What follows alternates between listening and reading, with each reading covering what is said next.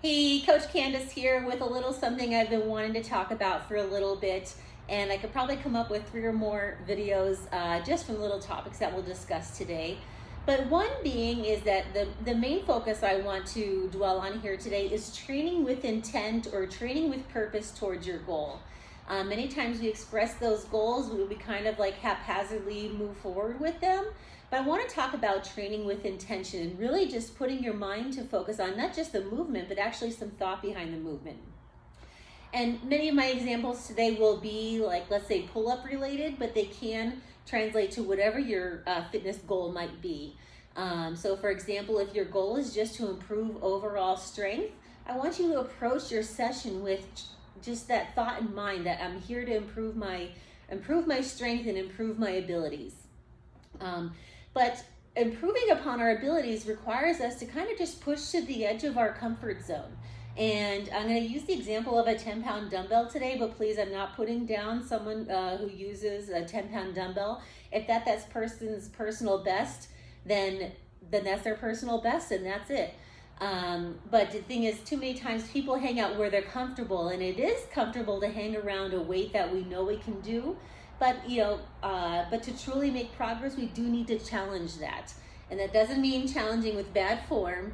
But again, I won't go into all of that here today. But just again, focusing on training with purpose and intent.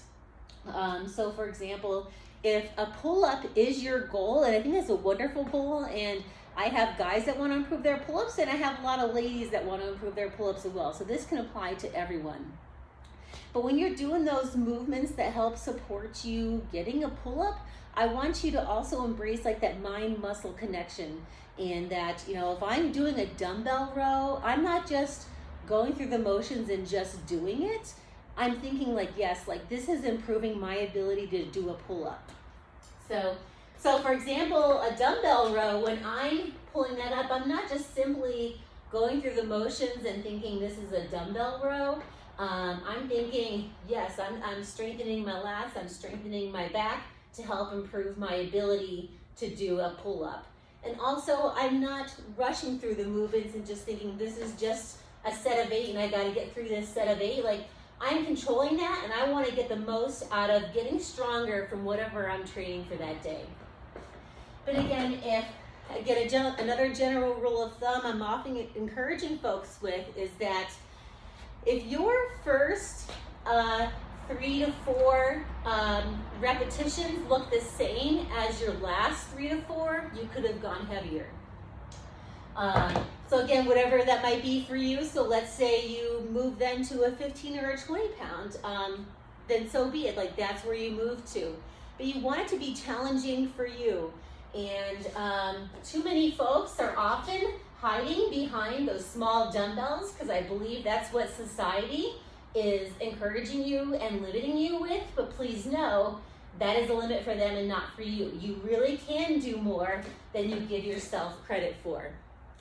But again, as I'm challenging myself, I'm thinking, I want this to help me get better at my pull-up, and that's going to involve challenging myself greater. And just the same, for example, doing pen leg rows, I'm thinking, yes, I'm getting stronger for my pull-up. Good squeeze my back, getting stronger for my pull-up. And again, if my last few reps are as easy as the first ones, I'm always trying to make them a bit more challenging. So in closing, like I've had someone mention that they're trying to grow muscle in a particular area. Again, embrace those same thoughts and approach your session in that same way, to where if you're doing a movement to grow your muscle in that area, think about that. But also looking at your other life activities that support that, whether that be eating well, fueling well, moving regularly, trying to sleep as best you can, manage stress. All of that comes together for accomplishing your goals.